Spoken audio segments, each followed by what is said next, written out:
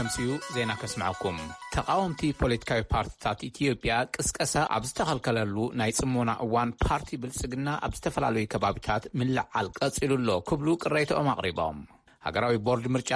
ነቲ ጥርዓን ኣጻርየ ስጉምቲ ክወስድ ኢሉሎ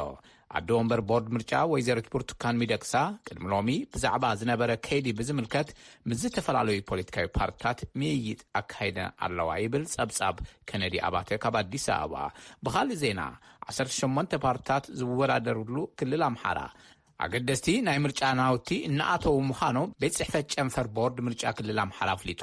ኣብ ክልል ኣምሓራ ልዕሊ 7 ሚልዮን ሰባት ንምምራጽ ምምዝጋቦምን 118 ናይ ምርጫ ክልላት ተዳልዮም ከም ዘለውን ሓላፊ ቤት ጽሕፈት ቦርድ ምርጫ ናይቲ ጨንፈር ኣቶ ሞካንንት መከተ ገሊጾም ሶኒ 14 ሰነ 2013 ዓመተ ምህረት ንዝካየድ ሻሻይ ሃገራዊ ምርጫ ፖለቲካዊ ፓርቲታት ናይ ምልዓል ወፍሮም ብቅድሚት ማለት ጠጠው ኣቢሎም እዮም ይብል ጸብጻብ ኣስቴር ምስጋናው ካብ ባህር ዳር ኣብ ክልል ትግራይ ዘሎ ሰብኣዊ ሓገዝ ኣብ መፈተሺ ጣብያታት ዘጋጥሞም ምትእጉጓል ንምፍታሕ ዘኽእል መምርሒ ከም ዝወፀ ቤት ምኽሪ ጸጥታ ግዝያዊ መምሕዳር ትክልል ገሊጹ እቲ መምርሒ ጠሚቱ ንወሃብቲ ሓገዝ ሎማዓንቲ መብርሂ ተዋሂብሎ ሙልጌታ ጽባሃ ተወሳኺ ኣለዎ ኣብ ክልል ትግራይ ዘሎ ሰብኣዊ ቅልውላው ንምፍታሕ ዘይተገደበ ሰብኣዊ ሓገዝ ንክህሉ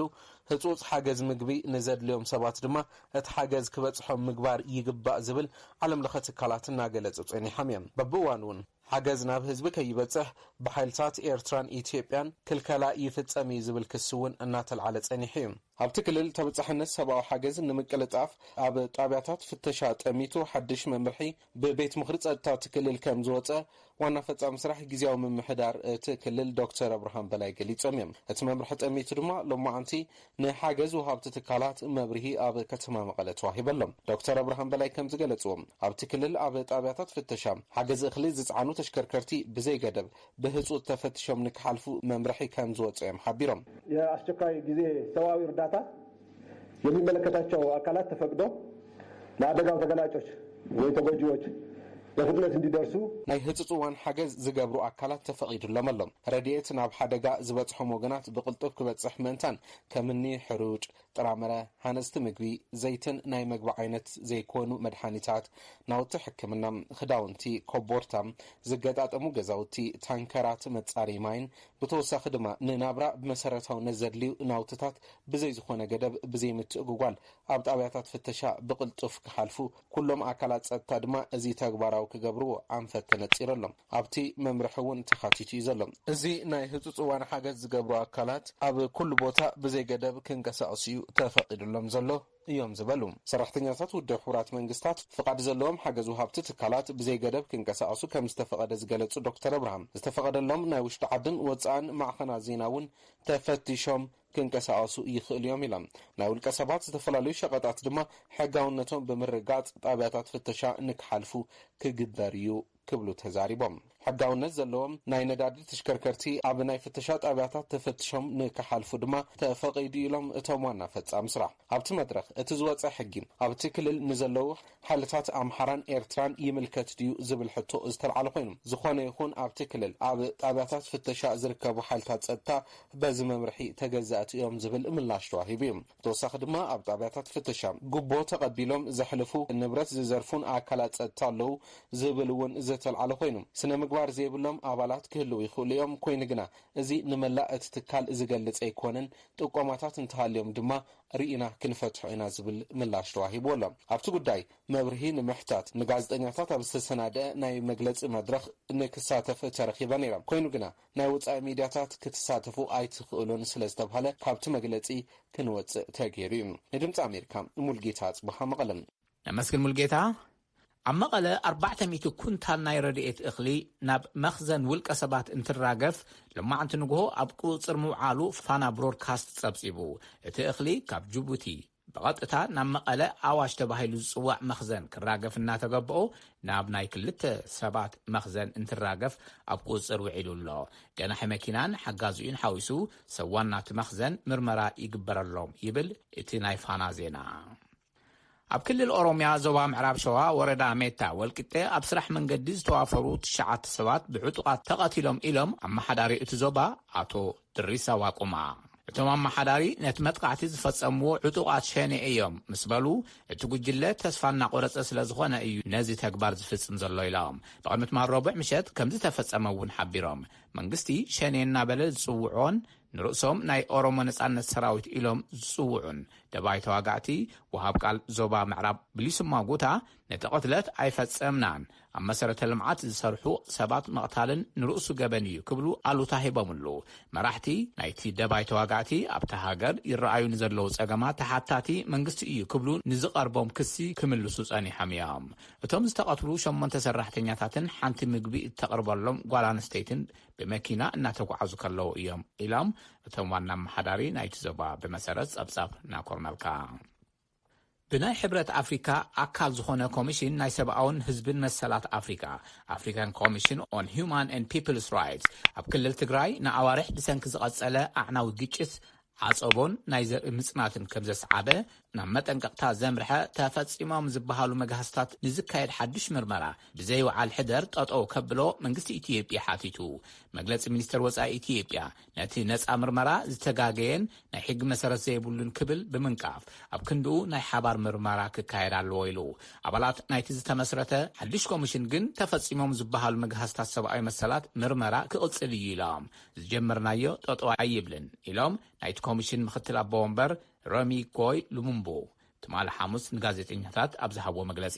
ኢትዮጵያ እቲ ኮሚሽን ንትግራይ ክርኢ ፍቃድ ሂባቶ እያ ብሰንኪ ኩነታት ጸጥታ ግን ኣይተወሰነን ኢሎም ብምውሳኽ ዝኾነ ይኹን ውጽኢት ምርመራ ብርግጸኝነት ኣብ ጠረጴዛ ኣይሕባእን ኢሎም ሉሙምቦ እቲ ኮሚሽን ጸብጻቡ መዓስ ከም ዘውፅእ ግን ንጹር ኣይኮነን ናይ ሕብራት መንግስታት ወኪል ስደተኛታት ኣብ ዝሓለፈ ዓመት ፈረንጂ ብሰንኪ ኩናት ሁከት ስደትን መጋህስታት ሰብኣዊ መሰላትን ብሓይሊ ዝተመዛበሉ ክብረ ወሰን ብምስባር 82.4 ሚልዮን ምብጽሑ ገሊጹ ካብ 2019 ኣቋጽራ ፈረንጂ ብልዕሊ 400 ወሲኹሎ UNHCR ናይ 2020 ኣቋጽራ ፈረንጂ ዓለማዊ ዝንባለ ጸብጻብ ምምዝባል ኣውፂኡሎ ካብቶም ልዕሊ 82 ሚልዮን ብሓይሊ ዝተመዛበሉ 26.4 ሚልዮን ሰባት ንዓለም ለኸ ዶብ ዝሰገሩ ስደተኛታት እዮም ብመሰረት ናይ ሕብራት መንግስታት ላዕለዋይ ኮሚሽነር ወኪል ስደተኛታት ፊሊፖ ግራንዲ በስሒ ብሓይሊ ዝተመዛበሉ ሰባት ኣብቶም ዝሓለፉ 10 ዓመታት ብዕጽፊ ወሲኹሎ ካብቶም ዝተመዛበሉ 42 ሚእታዊ ቆልዑ እዮም ኢሎም ኣብ ቡርኪና ፋሶ ኒጀርን ማሊን ሓዊሱ ኣብ ሃገራት ማእኸላይ ሳሕል ሁከት ንልዕሊ 750,000 ሰባት ካብ ገዛውቶም ከሃድሙ ገይሩ ምስ በሉ ግራንዲ ኣስዒቦም And then of course Ethiopia where the Tigray crisis has provoked up to we're not even sure about that ካው ቀጽሉ ካብ ምጥቃስ ዓዲ ዘይዑል ኩነታት ኣብ ኢትዮጵያ እዩ ቅልውላው ናይ ትግራይ ርግጸኛታት ክንኮን እኳ እንተዘይከኣልና ክሳብ 1 ሚልዮን ህዝቢ ውሽጣዊ ተመዛበልቲ ዝኾኑሉ ካብ 50 ክሳብ 60 ሺህ ህዝቢ ናብ ሱዳን ዝተሰደድሉ ቅልውላው እዩ ኮሚሽነር ግራንዲ ናይ 2021 ኣቋጽራ ፈረንጂ ዝንባለ መምዝባል ጽቡቕ ኣይመስልን ዘሎ ናብ መንበሪ ገዛውቶም ዝምለሱ ስደተኛታት ድማ ኣዝዮም ውሕዳት እዮም ኢሎም ኣለዉ ዜና ኣብዚ ፍጸም